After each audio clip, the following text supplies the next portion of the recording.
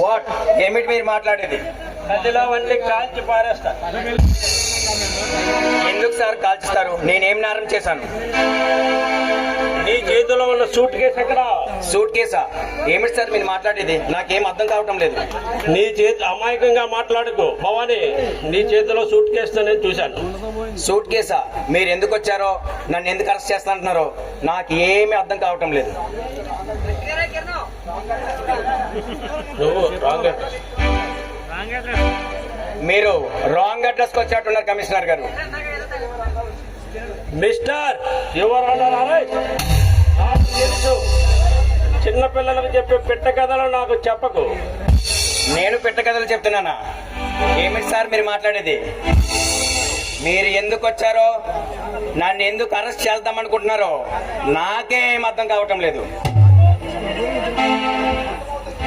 అర్థమవుతుంది మిస్టర్.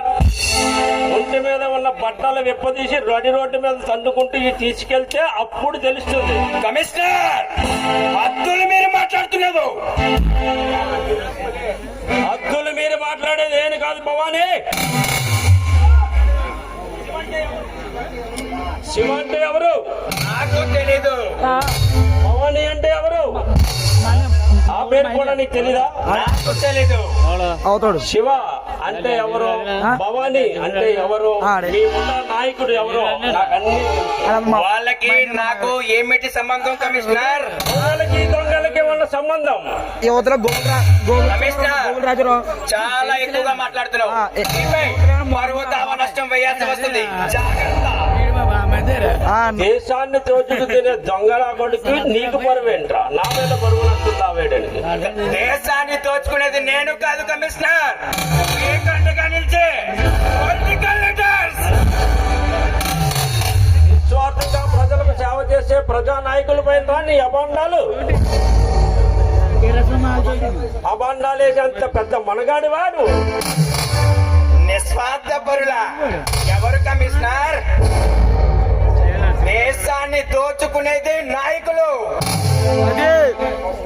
పశువులు మేసే దానాన్ని కుంభకోణంగా మార్చింది ఒకడు, ఆయుధాల్ని కుంభకోణంగా మార్చింది ఇంకొకడు, చేలల్లో వేసే ఎరువుల్ని స్కామ్గా మార్చింది ఎవడో మీకు బాగా తెలుసు. వాళ్ళు ఇప్పుడు జైల్లోనే కోట చుట్టూ తిరుగుతూ ఉన్నారు. నోటికొచ్చినట్లు మాట్లాడుతున్నావు మిస్టర్. తప్పు చేసిన వాడు శిక్ష అనుభవించక తప్పదు. మీకు తెలిసిందల్లా ఒకటే కమిషనర్, తప్పు చేసిన వారిని మీరు పట్టుకోలేరు. ఎందుకంటే వాడిని పట్టుకుంటే మీ ఉద్యోగం ఏ విజయవాడకో వైజాగ్ ట్రాన్స్ఫర్ అవుతుంది. అందుకనే బడా రాజకీయ నాయకుడికి మీరు వంగి వంగి నమస్కారాలు చేస్తారు. అమాయకమైన యువకులను ఎన్కౌంటర్ గా ప్రకటించి కాల్చి వేస్తారు. అందమైన అమ్మాయిలు సహాయం కోసం పోలీస్ స్టేషన్ కి వస్తే వాళ్ళ మానశీలాన్ని అనుభవించి ప్రకటించి ఆయనకు వేలాడదీస్తారు. తెలివిగా మాట్లాడుతున్నావు అనుకుంటున్నావా మిస్టర్? నీలాటోళ్ళని ఎంతో మందిని చూసి ఈ నగరంలో మీరు చేసిన అఘాయిత్యాలన్నీ నేను బయట పెట్టి మీ అందరినీ కటకటాల పాలు చేస్తాను. మీ ముఠాన్ని అరికట్టడానికే హైదరాబాద్ నుంచి ప్రత్యేకంగా నన్ను ప్రభుత్వం ఈ నర్సీపట్నాన్ని ట్రాన్స్ఫర్ చేసిందిరా. ముందు మీ ఉద్యోగం ఉంటుందో తెలుసుకోండి. అంతటి మనగాడివా నువ్వు? అవినీతి రాజకీయ నాయకులు అండగా ఉన్నారన్న బోర్డు ధైర్యం రానిది. నీ రౌడీజం ఉండేది నాలాంటి సరైన ఆఫీసర్ తగిలినంత వరకేరా. కానీ మేము ఉద్యోగాల్లో ఉండేది 58 సంవత్సరాల వరకు. ఎవ్వడు ఏమీ చేయలేడురా. ఇప్పుడే నేను నరికి పోగిలి పెడతాను. లేదా లేకుంటే ఏం చేస్తావు? నాకు అలవాటు లేదు కమిషనర్. చేసి చూపిస్తాను. అలాగే ఇప్పుడే ఇక్కడే నిత్యానమే నిన్ను అరెస్ట్ చేసి ఎవడొచ్చి నిన్ను కాపాడుతాడో నేను చూస్తాను. ఆగు, ఏ నేరం మీద నన్ను అరెస్ట్ చేస్తున్నావు? కమాన్, టెల్ మీ కమిషనర్. ఒక సూట్ కేసు వజ్రాలతో పట్టుకొని వెళుతుండగా నా కళ్ళతో నేను చూశాను. ఆ నేరం మీద నేను అరెస్ట్ చేస్తాను. దారి వెంట చాలా మంది వెళ్తూ ఉంటారు సూట్ కేసులు పట్టుకొని. వాళ్ళందరినీ కూడా ఇలాగే అరెస్ట్ చేస్తావా కమిషనర్? ఆ సూట్ కేసులో వజ్రాలు ఉన్నాయని నాకు ఇన్ఫర్మేషన్ ఉంది కాబట్టి నేను నిన్ను అరెస్ట్ చేస్తున్నాను. అయితే ఆ సూట్ కేసు నా దగ్గర లేదుగా. అప్పుడు ఆ సూట్ కేసుని నువ్వు ఎక్కడన్నా దాచిపెట్టి ఉండొచ్చుగా. It's right. ఆ సూట్ కేసు ఎక్కడుందో వెతికి పట్టుకొని అది నాది అని నిర్ధారణ తర్వాత మీరు వచ్చి అరెస్ట్ చేయండి. ఆధారాలు లేకుండా అరెస్ట్ అనడం అంత మంచిది కాదు commissioner. Mister, control your tongue.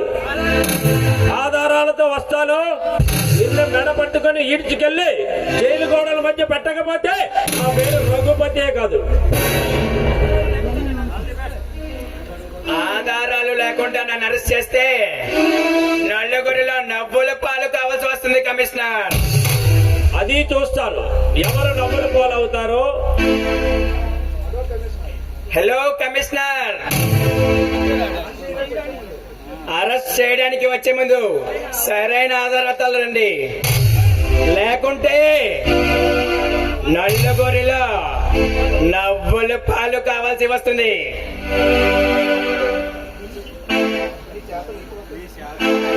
నీ చేత నీతి వాక్యాలు చెప్పించుకోవాల్సిన పరిస్థితిలో నేను లేను మిస్టర్. ఎవరు నవ్వులు పాలు చేస్తారో త్వరలోనే తెలుస్తుంది. మాట్లాడినంత మాత్రాన అబద్ధం నిజం అబద్ధం అయిపోదు. మీ నాయకుడు భైరవ్ ఖాన్ని, మీ ముఠాని అంతం చేయకపోతే నా పేరు రఘుపతి కాదు.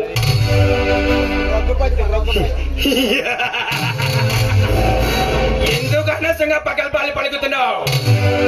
నన్నే ఏమి చేయలేని వాడివి నా ముఠాన్ని ఏమి చేయగలవు?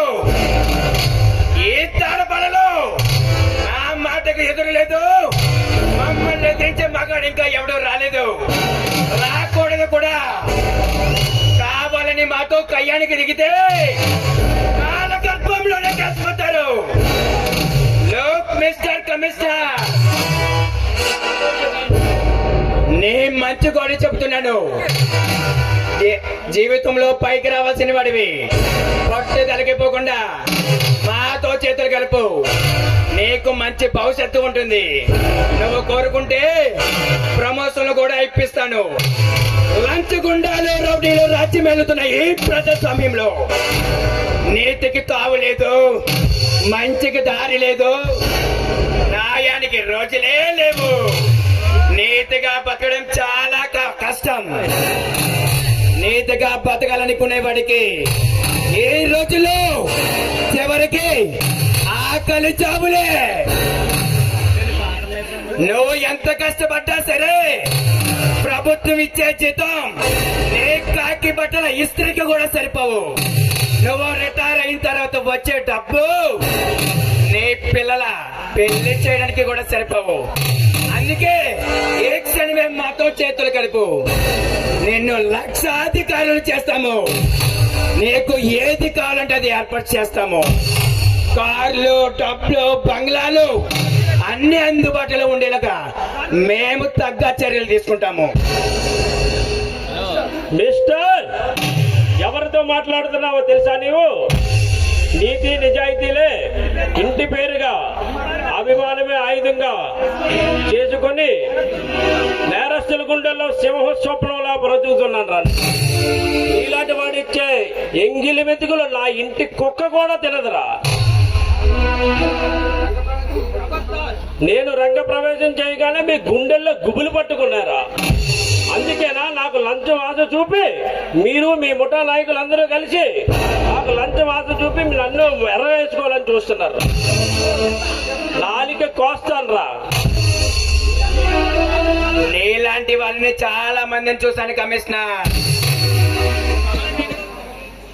పాల మేగడలతో సుకుమూరంగా పెరిగిన వాడివి నీవు, మందు విస్కిలతో పెరిగిన వాడి నేను.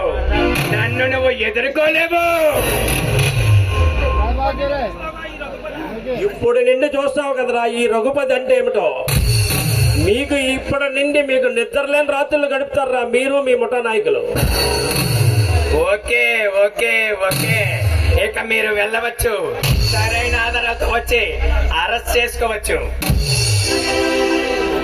అలాగే తప్పకుండా సరైన ఆధారాలతో వచ్చి నిన్ను నీ ముఠా నాయకుల్ని తీసుకెళ్లి లోపల వేయకపోతే అప్పుడు మాట్లాడదాం. Bye bye. కమిషనర్, నీకంత గొప్ప నాయకులు మా నీడని కూడా తాకలేకపోయారు. ఆఫ్టర్ ఆల్ పచ్చ గడివి నీవెంత?